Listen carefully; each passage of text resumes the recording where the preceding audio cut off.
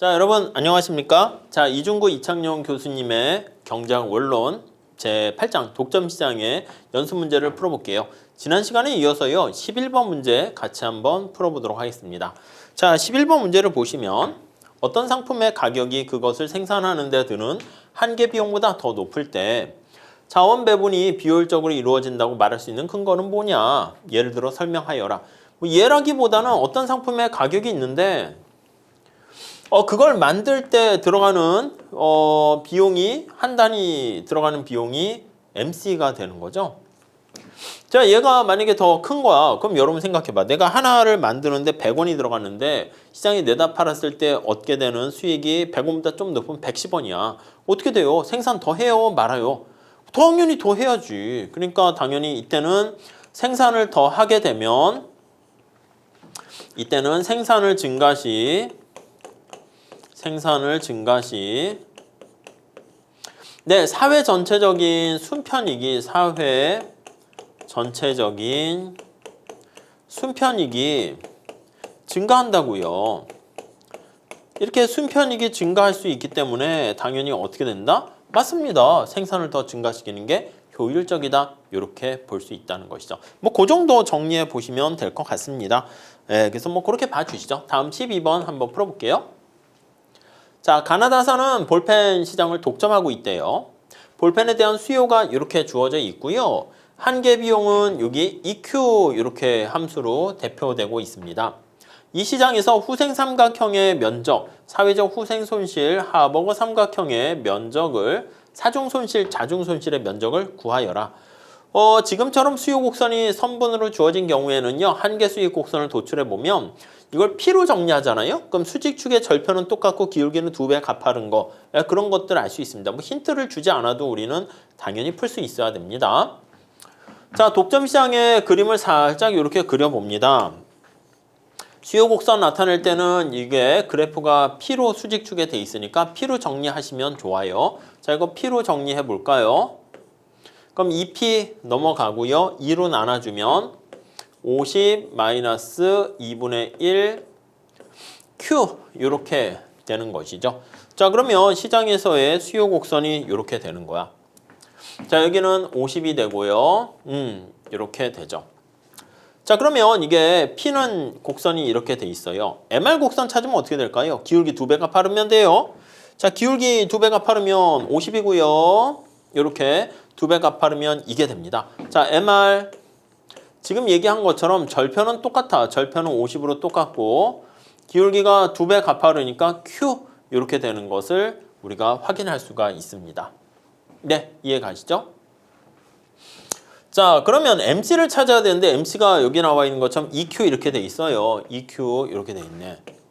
MC가 EQ 이렇게 돼 있어. 자, 그러면 하버거 삼각형을 구하세요? 아니면 후생 삼각형을 구하세요? 자중손실, 사중손실 구하세요. 그러면 완전 경쟁 시장이면은 생산량이 어디가 되냐면 여기가 될 거예요. 완. 자, 그래서 요 점을 먼저 찾아야 돼요. 요 점을 찾으면 이게 P와 요걸 같게 놓고 풀어보시면 되겠습니다. 그래서 완전 경쟁 시장에서 생산량은 P가 요거요. 50 마이너스 2분의 1 Q고요. 얘가 자, 보시면 MC랑 같아야 되는데 MC는 EQ 이렇게 돼요. 그래서 요거 넘어가면 2분의 5 Q는 50 해가지고 계산하면 되겠죠. 계산해보면 20 이렇게 나옵니다. 20. 자, 독점일 경우에는 어떻게 됩니까 하면요. 독점일 경우에는 이게 MR이잖아. MR과 MC가 같아지는 점에서 찾아요. MR과 MC가 같아지는 점에서. 그럼 요거 하면 아이고 딱 안 떨어지네. 3Q는 50 이렇게 되겠죠. 그래서 여기다가 독점인 경우에는 네, 저기 보시면 MR 50 마이너스 Q에다가 MC EQ 이렇게 돼요. 그럼 3Q는 50 이렇게 되니까 Q는 3분의 50 이렇게 됩니다. 여기가 독점 시장입니다. 3분의 50 안 떨어져서 이렇게 했어요. 자, 여기 나와 있는 후생 삼각형 어떻게 됩니까 하면 시장에서의 가격이 점점점에서 여기서 결정되죠. 이게 바로 사회적 후생 손실이지. 요게. 어떻게 구합니까 하면 이거 뭐 직접 계산해야죠. 요 높이는 20-3분의 50. 그래서 계산을 해보면 요 삼각형을 계산해야 돼요. 그럼 2분의 1에다가 곱하기 요 높이는 20-3분의 50 계산해 보시죠. 3분의 50, 3분의 60 마이너스 3분의 50이니까 3분의 10 하시면 되겠고 여기 값을 찾아야 돼요. 여기 값을 찾아보시면 되겠습니다. 요거. 그래서 이거 뭐 직접 컨닝을 해보면 3분의 125랑 3분의 100 이렇게 나옵니다. 125, 3분의 125, 3분의 100 이렇게요. 이게 높이가 되는 거 아니겠습니까? 곱하기 그럼 3분의 125에서 3분의 100 빼면 3분의 25 요거 계산하시면 되겠습니다. 아셨죠? 이게 삼각형 면적이고 이게 우리가 데드웨이트 로스, 사회적 후생 손실 이렇게 정리를 하시면 되겠습니다. 네, 오케이. 네, 이렇게 봐주시고요. 자, 다음에 13번 볼까요? 자, 자연독점의 성격을 갖고 있는 산업에 경쟁체제를 도입하려 할 때 어떤 점에 주의를 해야 되는가 간략히 설명해봐라. 여러분, 자연독점이 뭐야? 그쵸? 우리가 규모의 경제에 의한 거 아니겠습니까? 규모의 경제야.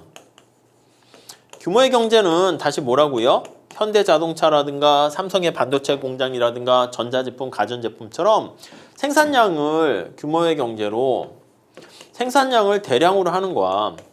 생산량을 대량으로 할 경우에 생산량을 대량시 평균 비용이 평균 단가가 하락하게 되는 그런 상황이 발생하는 거예요. 그러니까 이런 경우가 이제 간단한 예는 바로 뭐가 있냐면 대량으로 현대자동차가 자동차를 생산해서 평균 비용을 떨어뜨리게 되는 건데 고정비용이 팍팍팍 주는 거죠. 근데 야 현대 너 너무 독점이니까 돌로 쪼개 이렇게 되면 규모의 경제 혜택이 없어지는 거야.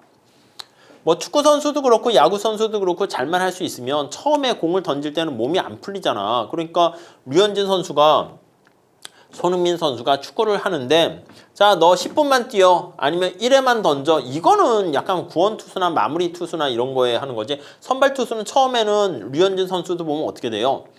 처음에 이제 아직 이 몸이 덜 풀려가지고 제대로 제구가 잘 안 되고 하다가 점차 횟수가 지나가면서 평균 비용이 다운되는 경우가 보잖아요. 몸이 이제 풀리면서 3회, 4회에서는 아주 이제 잘 던지게 된단 말이죠. 그러니까 어느 정도 한 6회까지는 던져야지 몸이 풀려서 성과를 보이게 되는데 가열이 되다. 안 돼. 너 혼자서 6회까지 다 해먹으려고 하면 어떻게 뭐 1회만 2회씩만 던져 이렇게 되면 몸도 풀리기 전에 효과를 제대로 보지 못하는 거죠. 그렇기 때문에 이런 경우에는 경쟁체제를 도입하다 보면은 평균 비용이 올라가기 때문에 이런 가격 경쟁력 같은 거 평균 우리가 독점 시장에서의 발생하는 그런 대량 생산의 효과인 규모의 경제 효과를 얻을 수 없게 된다. 이런 식으로 정리를 하시면 되겠습니다. 아셨죠? 자, 그렇게 봐주시죠.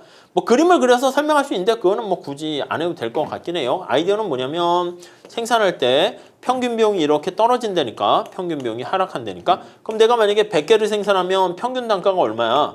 여기 나와 있는 것처럼 이렇게 돼서 평균 단가가 요만큼이 이제 총 비용이 발생하는 거죠. 이게 평균 비용 100개 생산할 때 근데 만약에 50개씩 생산하라고 했다 합시다. 야, 너 말이야 50개씩 생산해 이렇게 하게 되면 평균 비용이 이렇게 발생하는 거니까 요만큼이 총 비용이 아니라 이렇게 생긴 게 50개 하는 거니까 50개째 이만큼 50개째 이만큼의 비용이 발생하는 거예요. 그러니까 전체 한꺼번에 100개를 생산하는 것보다 50개씩 2개 생산할 때 총 비용이 훨씬 더 크게 되는 걸 알 수가 있겠죠. 그러니까 이게 지금 50개씩 2개씩 생산할 때 발생하는 총 비용이고 여기 나와 있는 이게 100개를 한 번에 생산을 할 때 이게 발생하는 총 비용이 되는 겁니다. 이해 가시겠습니까? 네, 그렇게 정리를 해 주시죠. 자, 그 다음에 13번 문제 한번 풀어볼게요. 13번 문제. 독점 기업은 해외로부터 경쟁에 대해 지극히 민감한 반응을 보일 때가 있다. 해외 공급자들이 현재 독점 기업이 국내에서 받고 있는 가격보다 더 낮은 가격에 무한히 많은 양의 상품을 공급할 태세를 갖추고 있대요.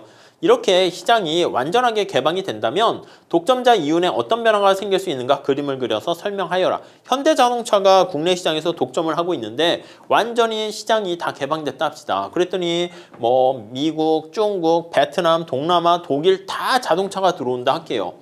자, 그렇게 되면 현대자동차 입장에서는 가격을 비싸게 판매를 못 한다니까. 예를 들면은 이게 수요 곡선인데요. MR 곡선이 이렇게 있고요. 국내에서의 MR 곡선이야. MC 곡선이 이렇게 있습니다. 그럼 현대자동차가 만약에 국내 시장에서 독점이 될 때는요. 여기서부터 이런 식으로 해가지고 점점점점 가격을 설정하게 되는 거 알 수가 있어요. AC 곡선도 한번 그려볼까요? AC 곡선은 MC의 최저점을 지나게 되니까 이렇게 해서 이렇게 돼 있다고 할게요. AC 이렇게 돼 있어. 그럼 만약에 국내 시장에서 독점일 때는 자 포인트만 잘 잡아보세요. 가격이 여기고 국내 시장에서 AC가 이거니까 이만큼. 그래서 독점적 이윤을 누리게 된다라는 거 알 수가 있어요. 자, 여기서 지금 외국에 대해서 이렇게 수입을 개방하지 않았을 때 개방 전 독점 이윤 이렇게 보시면 되겠습니다. 개방 전 독점 이윤. 네, 이렇게 보시면 되겠죠. 자, 근데 개방을 해가지고요. 가격을 뭐 어디로 정한다고 할까요? 그래서 조금 더 낮아졌다 할게요. 그래서 개방을 해가지고 이렇게 그냥 국제시장에서의 월드 가격이라고 할게요. 세계 시장에서의 가격이 이렇게 책정이 된 거야. 자, 물론 이게 국내 자동차와 세계 시장에서 수입하는 자동차가 퀄리티가 뭐 동일하다라는 전제 하에서 얘기를 한다라고 보시면 되겠습니다. 그럼 국내 소비자들은 어떻게 돼? 아니, 국내 시장에서의 가격보다 여기가 지금 국내 시장에서의 가격이야.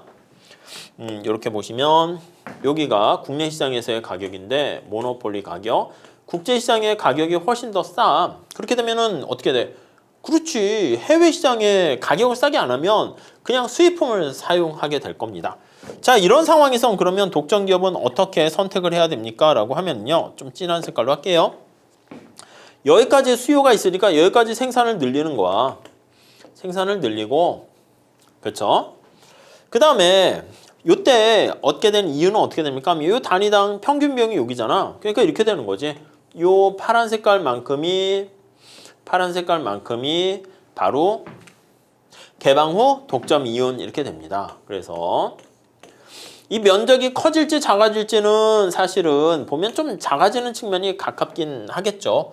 그러니까 이윤 극대화를 달성하는 것보다는 아니니까. 근데 개방 후에 독점 이윤은 이렇게 된다라고 보시면 될 것 같습니다. 당연히 크기는 개방 전에 독점 이윤이 더 크다라고 할 수가 있을 거예요. 만약에 개방 전에 독점 이윤이 가격도 싸고 거래량을 많이 하는 게 더 이윤이면 당연히 그걸 선택했을 거야. 근데 독점 입장에서는 이윤 극대 달성하는 상황이 여기기 때문에 그렇기 때문에 일부러 가격도 더 높이면서 생산량을 줄였거든요. 그러다 보니까 당연히 독점 이윤은 감소하게 될 수밖에 없고요. 그림을 그리게 되면은 이렇게 그림을 그릴 수가 있게 되겠습니다. 아셨죠? 자, 그래서 요건 좀 어렵긴 해요. 근데 어렵긴 하지만 독점과 관련된 가격 관련된 통제에 가까운 거라고 보시면 되겠습니다. 가격 통제. 야, 이거 이상 더 비싸게 팔지 마. 특히 가격 상한선이야. 상한 가격입니다. 가격 상한선을 부과했을 때 어떻게 되니? 그거랑 같이 연결해서 생각해 보시면 될 것 같습니다. 자, 이렇게 정리하셔서 우리 독점 시장까지 마무리했습니다. 자, 잘 정리해 주시고요. 다음 시간에는 완전 경쟁과 독점을 뺀 이게 기본이거든요. 독점적 경쟁 시장과 과점 시장 같이 공부하면서 계속 논의를 이어나가도록 하겠습니다. 자, 여기까지 할게요. 감사합니다.